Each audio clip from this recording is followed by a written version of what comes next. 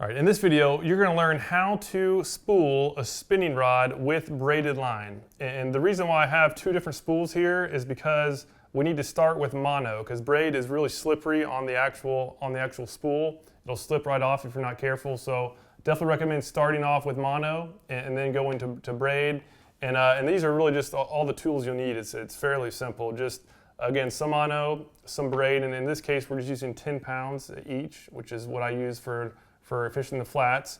A wet washcloth, just so that you can protect your hands as you start spinning the braid on. It'll dig into your fingers if you're not careful, because you have to have some good a good pull on the line, so you don't have any slack in there. And then just some scissors, just something that cut line with.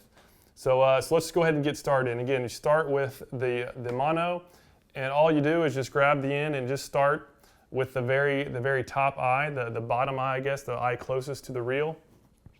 And I just grab the mono, and we will just slide it on through that top eye. And then pull that down to the reel. And so the knot here, you just need to, the knot's really not that important, because not many fish will actually pull all your line all the way through. So we just want something that'll hold. But the biggest mistake, the biggest thing to watch out for, and I've done this multiple times, sadly, is always flip the bail over. You always want to have an open bail when you tie your knot. Otherwise, you'll have a knot on there, and when you try to reel the line up, nothing will happen. So before you tie the knot, always flip the bail. So now, as far as the knot goes, I just do a double overhand knot, and really just a overhand knot twice. So hopefully you can see this. So just do a quick loop, take it through there. That way you just have just a simple, just open loop. And I just place that loop over the spool, over the top of the spool. Like so. And then somewhat get it tightened down. And then just do, again, another simple overhand knot right over that. Another overhand. And then from here, you just pull on it. Just pull on it until that tag end is right next to the knot. That way you don't have to worry about cutting anything. You just pull it till it's close. It's getting closer. There, right there. And then just let it sit. Because with that tension, this mono has enough stretch where as soon as you set it down, this knot's not moving. It's on there pretty snugly. And now we can just go ahead and start reeling. And with the mono, I usually try to get at least enough mono in here to cover the entire spool, just with at least one layer, maybe two. So what we'll do is just start reeling it on. And again, I have my fingers, my top two fingers on my right hand, just keeping this line tight, so that it always has to be tight. Every bit of line you reel into your reel has to be tight. That's just the number one thing you have to be mindful of. So keep it tight, and we'll just get a layer going. And really that's plenty. We just have the whole spool covered with mono. That way, again, the whole spool, that's going to stick to the spool. So when the tension gets down, if you have a big fish on and it gets close to the end of the line, that's going to stick there for you. So what I'll do now is I'm just going to cut the line and do a line-to-line knot with the mono to the braid. And really any knot here will work. You just have to have something that's at least fairly strong. And if you want to find some hints on the best knots to use for braid to mono, you can go to saltstrong.com, and on there you'll see a part about knots, and just click on that. So what I'll do is I'll pause the video, and then we'll pick up with the actual knots connected. Okay, so we now have the knot connected, and in case you're wondering, what I used is just a simple overhand knot on the braid to get a loop, and then what's called a Yucatan knot to tie the actual mono on there. And the weakest point is this little knot here. But again, I'm not too worried about this. If the fish has me this far, I'm in pretty bad shape anyhow. I just want something that's just gonna be in there and not cause trouble with the rest of the line. This is a really low profile knot, both of these, so I just like to have those in the spool. So again, to start out, right now you can see there's a lot of slack line. That's the problem. So we always want to make sure it's always taut. So I just grab the line, again, keep it tight. And in my right hand, I'll grab the rod, and I'll keep my first two fingers hugging the line, just pinching the line.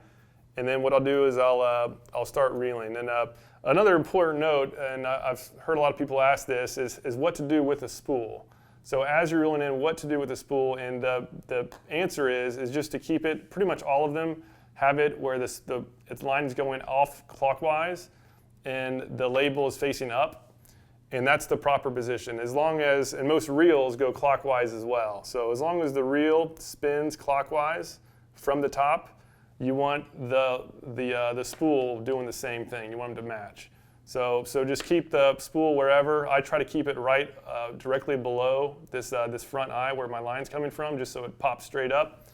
But so I'll just kind of get the braid on the line and pinch it with my fingers.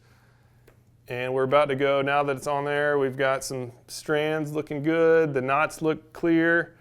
I'm now going to grab my little rag and put that in between my fingers and the braid, because we're going to start cranking this puppy down. So now I just get the rag and pinch it with my forefinger so that the line's pinched snugly and my finger isn't touching it, because I'm just going to start just cranking on it. And if I didn't have that rag, it would start burning a hole in my skin here. So again, now it's just as simple as just reeling down. And again, just so the line comes off smoothly, always just have that braid spool just right below that first eye, and it'll just come right up. Really no hindrances. And as far as how much line to put on the spool, always try to get as close as you can to the very edge of the spool without going too far. The closer you are, the further you can cast, which obviously you want to be able to cast as far as you possibly can. However, if you go too close to the edge, you're going to start getting those wind knots, and those are never fun. So what I would say is try to do about 1/8 of an inch to a 1/16 of an inch from the edge of the line to the edge of the spool. And once we get this thing on here, we can zoom in to kind of show you what I'm talking about there in case that doesn't make sense. Okay, so now we're getting close to the edge. We have about 1/8 to a 1/16 inch. I'll just kind of slow down here and just make sure, again, it's still tight. And I would say that is a good spot to stop right there. So again, you can see about 1/8 of an inch right there as far as the edge of the line to the edge of the spool. And that's enough where you can get your maximum cast without worrying about those nasty wind knots. So that's really it. That's the entire process. So now I'll just simply clip the line, and then just go as far as your normal process where you have to take the line up all the eyes and then tie your knots. But that's the most important part. Again, is just always keeping that line tight. As you can see, this spool, there's no loops, there's no overlaps. It's a nice crisp spooling. And one tip as well, just to make sure that there's no loops and to decrease your chances of those nasty wind knots, is as you're going out on your first trip, I usually don't tie anything on. I don't tie a lure on, and as I'm idling out, I'll spool, take the line all the way through the rod, but then start letting the line out behind the boat. So as you're idling, just start letting that line out. Let like 100 yards out, or maybe 50 yards, but let a lot of line out, because what that does, that'll unravel the line. If there are any loops, that'll unravel them, and then just reel it right back. Just let it drag for, I don't know, a minute or two, and then just reel it up. The only thing you have to be mindful of is just watch for boats behind you. I had one close call, so be mindful of that. But anyhow, that should help you decrease your wind knots and maximize your cast length. And appreciate your time. Check us out on Salt Strong.